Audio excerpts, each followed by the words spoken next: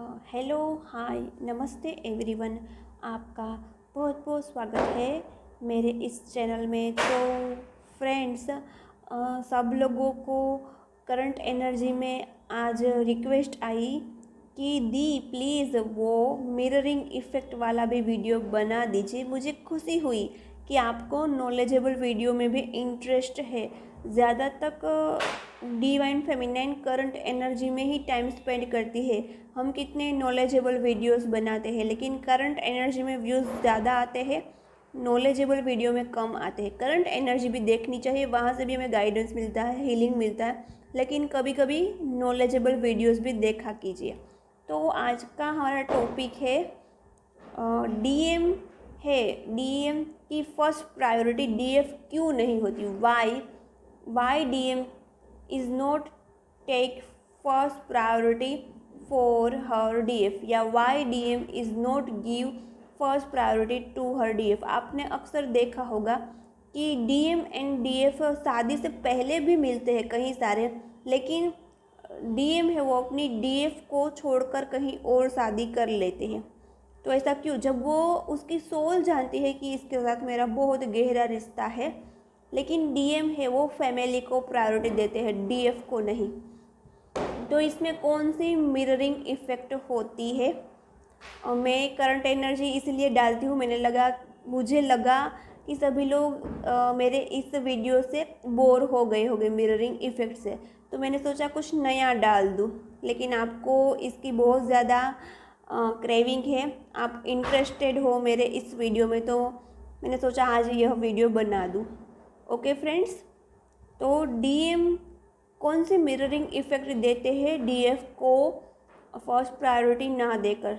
तो कहीं ना कहीं डीएफ खुद को फर्स्ट प्रायोरिटी नहीं देती है।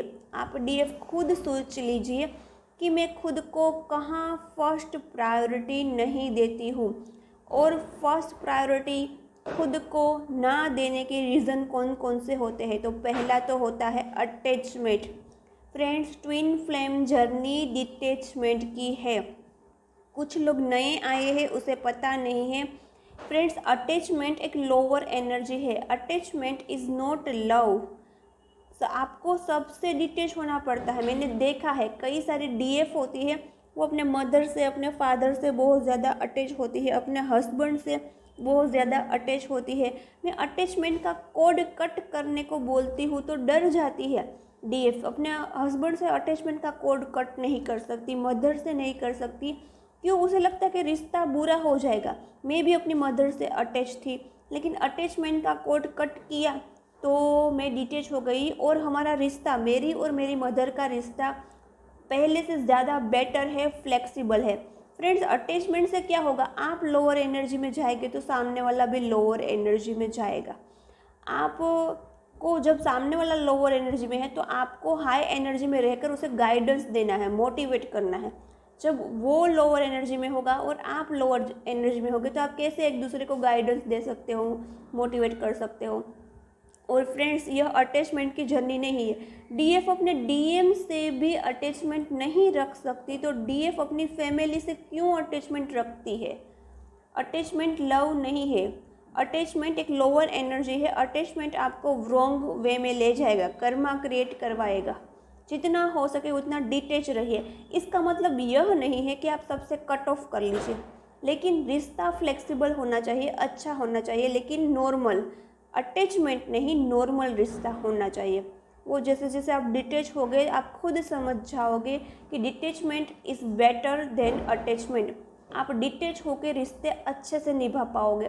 आप जब डिटेच होगे तो आप रिश्ते बहुत अच्छे से निभा पाओगे। तो आपने अटैचमेंट रखा किसी से, मतलब आप खुद की सेकंड प्रायोरिटी बन जाओगे, और आपको जिससे अटैचमेंट है उसके लिए आप पहले काम करोगे।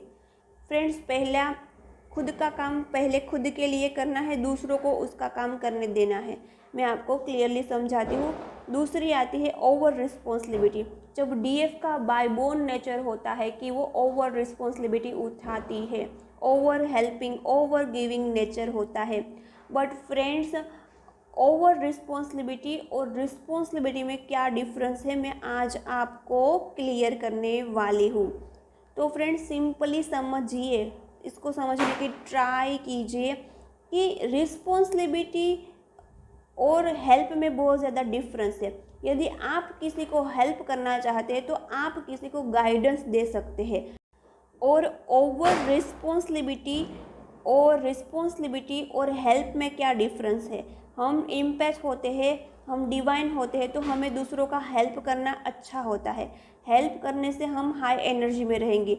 लेकिन रिस्पॉन्सिबिलिटी यानी कि ओवर या थोड़ी बहुत रिस्पॉन्सिबिलिटी उठाएंगे तो हमें बोझ लगेगा, हमारे कंधों पर हमें बोझ लगेगा। तो मैं क्या बोल रही हूँ कि आपको किसी को हेल्प करनी है, मतलब आपको किसी को गाइडेंस देनी है, आपको दूसरों को गाइडेंस देनी है। समझ में आया? आपको किसी को हेल्प करनी मतलब किसी को गाइडेंस दे सकते हैं, आप किसी को रास्ता दिखा सकते हैं, ना कि किसी का काम खुद कर सकते हैं। क्या होता है, डीएफ का ओवर गिविंग नेचर होता है। लेकिन डीएफ आज आप एक बात समझ लीजिए, ईश्वर ने आपका दिमाग आपको क्यों दिया है? आपका दिमाग आपका काम करने के लिए दिया है ना, और दूसरे लोगों का दिमाग उसको क्यों दिया है? थर्ड पर्सन का दिमाग। ये थर्ड पर्सन कोई हो सकता है, आपका फैमिली, फ्रेंड। इसका दिमाग इसको उसका काम करने के लिए दिया गया है। जब आप अपना दिमाग इसके कामों में लगाओगे तो इसका दिमाग बंद रहेगा, इसका दिमाग का विकास नहीं होगा, इसका दिमाग और इसका सेल्फ ग्रोथ ब्लॉक हो जाएगा। तो कहीं ना कहीं आप इनकी हेल्प नहीं कर रहे हो, ओवर रिस्पॉन्सिबिलिटी उठाकर इसको लेज़ी बना रहे हो, इसको डीमोटिवेट कर रहे हो। तो यह कोई प्लस बात नहीं है किसी की ओवर रिस्पॉन्सिबिलिटी उठाने का। सामने वाले पर्सन को खुद का काम करने दीजिए। आप क्यों उसका काम करते हो? जब आप उसका काम करोगे तो ये बंदा लेज़ी फील करेगा ना। आपको किसी को लेज़ी नहीं बनाना है, आपको मोटिवेट करना है, हेल्प करना है, गाइडेंस देना है। मतलब ओवर रिस्पॉन्सिबिलिटी उठाई मतलब आपने इसकी रिस्पॉन्सिबिलिटी उठाने के चक्कर में खुद की रिस्पॉन्सिबिलिटी नहीं उठाई, खुद को फर्स्ट प्रायोरिटी नहीं दी। डीएम ने मिरर कर दिया, डीएम ने डीएफ को फर्स्ट प्रायोरिटी नहीं दिया। अटैचमेंट डीएफ का आया, अटैचमेंट की वजह से भी ओवर रिस्पॉन्सिबिलिटी उठा ली, और ओवर रिस्पॉन्सिबिलिटी वजह से डीएम ने थर्ड पार्टी को चूज़ कर लिया, डीएम ने इसको फर्स्ट प्रायोरिटी नहीं दी। आपको समझ में आया मैं क्या कहना चाहती हूँ? फिर डीएफ सॉरी नहीं कह सकती।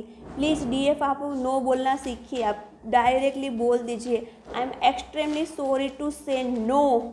नो कहना सीखिए। आप नो नहीं कह पाओगे मतलब आप ओवर रिस्पॉन्सिबिलिटी उठाओगे, आपके कंधों पर ज़बरदस्ती काम थोपा जाएगा, ओवर वर्कलोड थोपा जाएगा और आप थक जाओगे।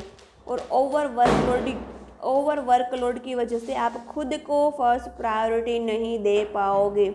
आप समझ गए?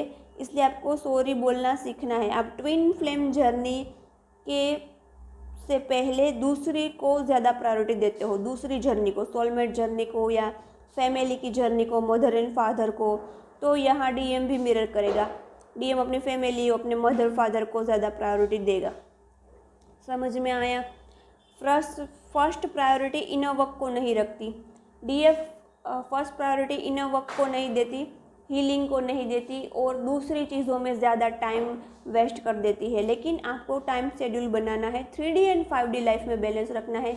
इनर वर्क भी करना है, 3D लाइफ भी एंजॉय करनी है, 5D लाइफ भी एंजॉय करनी है। बाहर जाना है, घूमना है, पार्लर जाना है, सैलून में जाना है, जॉब करना है, हाउसवाइफ की तरह घर का काम करना है, सब में बैलेंस रखना है। यदि फर्स्ट प्रायोरिटी नहीं दी अपने वर्क को, डेली रूटीन वर्क को, तो डीएम भी आपको फर्स्ट प्रायोरिटी नहीं देंगे। ओवर गिविंग, मैंने बोला ना, आपका ओवर गिविंग यानी ओवर हेल्पिंग। हेल्प और रिस्पॉन्सिबिलिटी में बहुत ज़्यादा फ़र्क है। हेल्प मतलब गाइडेंस होता है, और रिस्पॉन्सिबिलिटी मतलब दूसरों की जवाबदारी उठाना, दूसरों का काम करना, ताकि वो पर्सन लेज़ी फील करे, वो डीमोटिवेट हो जाए। उसको मोटिवेट कीजिए, उसको हेल्प कीजिए, और दूसरों की रिस्पॉन्सिबिलिटी उठाने के चक्कर में खुद को फर्स्ट प्रायोरिटी नहीं देगी, खुद का काम नहीं करेगी। ओके? और रिस्पॉन्सिबिलिटी काम की होती है, रिस्पॉन्सिबिलिटी खुशियों की होती है। डीएफ ओवर रिस्पॉन्सिबिलिटी उठाती है किसी को खुश रखने की। डियर आपका हाँ आवाज़ आ रही है। डियर, आपका दिमाग आपको इसीलिए दिया है कि आपको खुद को खुश रखना है। सामने वाले पर्सन को दिमाग दिया है ना, सामने वाले पर्सन को सब कुछ दिया है ना, वो अपने दिमाग से खुद को खुश रख सकता है। यदि सामने वाला पर्सन दुख है तो आपको गिल्ट रहेगा कि वो बेचारा दुखी है, वो बेचारा क्यों सैड है, मैं क्या कर सकती हूँ उसके लिए, मैं कैसे हेल्प कर सकती हूँ। आप उसे गाइडेंस दे सकते हैं, आप उसे कोई ना कोई हेल्प कर सकते हैं, लेकिन उसको खुश रखने की रिस्पॉन्सिबिलिटी आपके हाथों में नहीं है। इसीलिए डीएफ को किसी को नो बोलने में गिल्ट होता है। आप इसको नो बोलोगे तो आपको गिल्ट होगा, क्योंकि इस बंदे को हर्ट होगा, इस बात की आपको केयर है। जब आपके ऊपर ओवर रिस्पॉन्सिबिलिटी ज़्यादा काम डाला जाएगा तो आपको हर्ट होगा, इसकी आपको केयर नहीं है, इसकी आपको केयर नहीं है। आपको समझ में आया मैं क्या कहना चाहती हूँ? समझ में आया मैं क्या कहना चाहती हूँ? यदि आपको इसको नो बोलने में हर्ट होगा क्योंकि बेचारे को बुरा लग जाएगा, इसने आपको कोई काम दिया, ज़बरदस्ती काम करवाना चाहा इस बंदे ने, और आपको गिल्ट हुआ, नो कहने में गिल्ट हुआ क्योंकि इसको बुरा लगेगा, तो क्या आपको बुरा नहीं लगेगा? आप पर ओवर काम थोपा जाएगा, ज़्यादा काम। तो समझिए ना, अटैचमेंट की वजह से ओवर रिस्पॉन्सिबिलिटी आती है। अटैचमेंट की वजह से आप किसी को ज़्यादा प्रायोरिटी देते हैं, अपने से ज़्यादा रिस्पॉन्सिबिलिटी आती है तो खुद को प्रायोरिटी नहीं दे सकते। ज़्यादा रिस्पॉन्सिबिलिटी ना आए इसलिए नो कहना सीखना है, गिल्ट में नहीं रहना है नो कहने, जब आपको नो कहना पड़े तो। और ट्विन फ्लेम जर्नी को फर्स्ट प्रायोरिटी देनी है, फर्स्ट प्रायोरिटी इनर वर्क को देनी है और ओवर गिविंग नहीं रहना है। आई होप आपको सब कुछ समझ में आ गया होगा। ओके, बाय बाय, मिलते हैं नेक्स्ट वीडियो में।